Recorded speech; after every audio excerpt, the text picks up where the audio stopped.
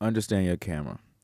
Now, I'm a photographer who's been shooting for 10 years now, and I've had many people come up to me and talk about how they want to improve their imagery. They see my imagery and they say, "Oh, I want to take it up a notch. What new camera can I buy?" That's one of the first things I hear somebody say. And it's very, very extremely annoying. Yes, I shoot with DSLRs. Yes, I shoot with higher end cameras, so to speak. Now, my camera is this Canon 7D Mark One. This camera came out in the early 2000s, back when the 5D Mark II came out around 2008. It's not the exact date, but that's when it came out around. Maybe a little bit younger than that, but you get the gist. It's almost a 10-year-old camera, right? So with that being said, the image quality is not much better than the 10-year-old cameras that you find out on the streets that people sell on eBay. It's not all that great. So when people come up to me and they ask me questions about or how do you get better image quality? I know one of my students that I'm teaching now, he said, so what camera are you shooting with now to get the images that you're getting? And I said, that's the exact camera that I used when I first met you 4 years ago, the Canon 7D Mark One. Now, this originally was made for me as an outlet for a sports camera. Now, I was going to get into a lot of sports, and not just for casual use, but for the university, for higher tier people who are going to look at these images and want results.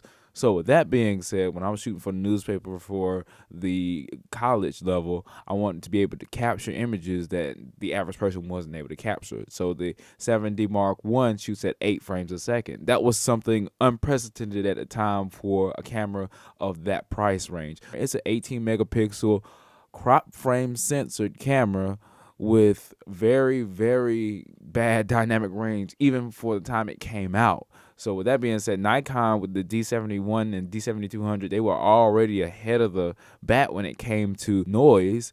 So they didn't have that much noise in the images. So as a 7D photographer, I had to understand what my weaknesses of my camera was. Like I said, understand your camera. I understood that the weaknesses were, hey, I can't shoot in too many high ISO situations and things of that nature. I can't shoot in too many low light situations because it's going to ramp up that ISO if I'm going to stay at the settings that I am at. And a lot of times I can't change my shutter speed and my aperture.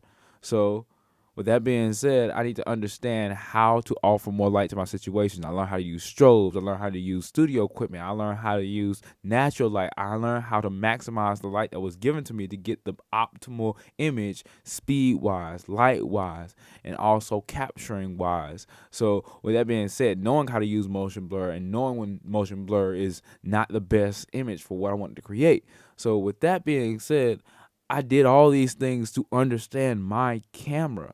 Understanding my camera was one of the strongest things I could have done to myself as a photographer, knowing my weaknesses as a photographer because of the equipment that I have. So being able to amplify my image quality, knowing my weaknesses and compensating for them made me a greater photographer. And for those people who always ask me the question, how in the world can I get my images to be better? Should I get the biggest camera? Should I get the $6,500 1DX Mark II, or should I get the D5 for, $7,000? No, it's not about the camera in a large sense. Now, yes, the camera does make a difference. This is why I got the 7D Mark II, but I know exactly why I was getting that camera. I know exactly when I needed it, and I know exactly what I was going to use it for and how to amplify the actual using of that camera, how to amplify it to the point where I'm using the most out of this camera at any given second, because that's what you are as a photographer. You need to understand how to get the most out of a camera at any given second, and you always have this margin of error. Your ability to study and learn your camera will narrow that margin of error to a point where it's negligible, where people can't even notice that you have that camera that you have. They don't even know what camera you have. They think you have a better camera than you have. But no, you narrow that margin of error as a better photographer, knowing your gear and its weaknesses. A lot of people don't understand that it's not just about buying the new technology, the newest thing, because Canon actually made that 18 megapixel sensor that's in the 70 Mark One like 8 or 9 different times in the exact same cameras. The T5, the T1, the T3i, the T4i, the T5i, all have the same sensors. The T4, the T5, all these have these 8 megapixel sensors. Correct me if I'm wrong, but there's like 10 of them that Canon made exactly the same. And I actually applaud Canon for doing this. They, you know, I'm not saying they did a good thing as a company, but as far as people are concerned, the photographers, if you actually studied the company and studied what you were getting and what you were investing in, you will understand you're investing in the same thing. So as a photographer, I took that in stride, and I made myself a better photographer by compensating for that weakness. That 18 megapixel sensor was not the best sensor, probably one of the worst sensors that Canon has ever made, period. Because in comparison to Nikon and Sony and all these other brands, they were outdoing Canon. Canon had not had the low light ability. Canon did not have anything probably but a fast camera. That's why I had got the 70 Mark 1.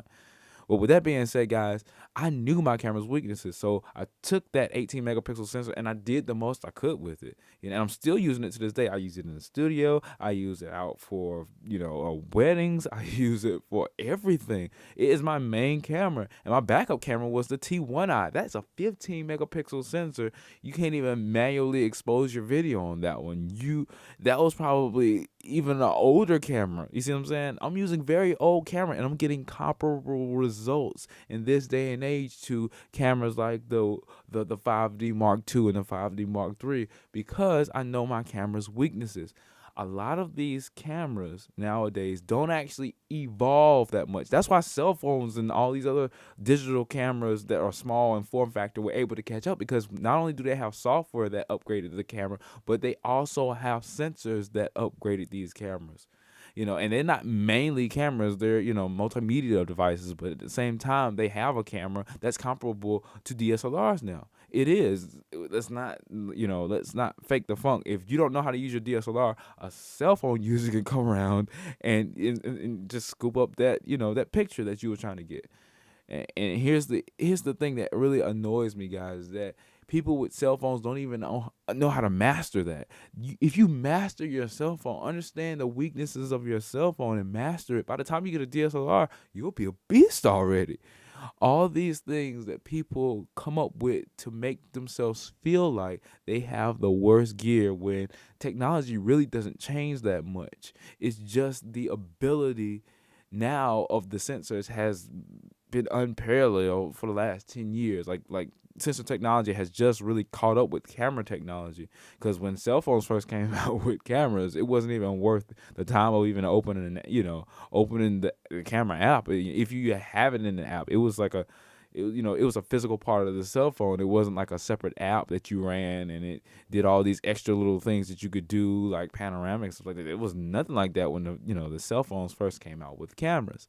So with that being said, take it in the stride and you understand all this great stuff that you have on your cell phone that DSLR users have to work and pay extra for. Like, you might have a time lapse on your cell phone. You have 4K on your cell phones. You have panoramas on your cell phone. Trust me, it's like 80% of Canon cameras that don't have 4K out there right now, and they are usually known for the video quality. So with that being said, guys, take your instrument. I can't stress this enough, but the camera you have with you is the best camera, or the best camera is the one you have with you.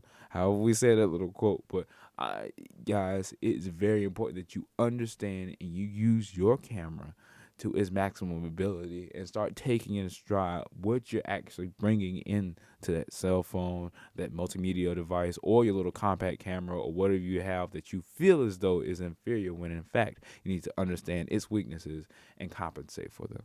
With that being said, guys, this is a bit of a rant. I understand that, but I'm trying to get you guys to understand what you have and what technology won't give you. You can get the best camera in the world and not know how to use it. But if you understand cameras in general, whatever camera you have is the best one you have with you, then you're able to produce images that you want, and you will stop thinking that you're wasting money. You'll stop thinking that all these things are, in vain, like you're not doing anything, when in fact, if you take the time, read up, offer your camera a little bit more light, figure out how lighting works and all these other things that actually matter to photography, you'll be on the next level. I'm Devin with Century FX Studios, and I'm wishing you guys good light.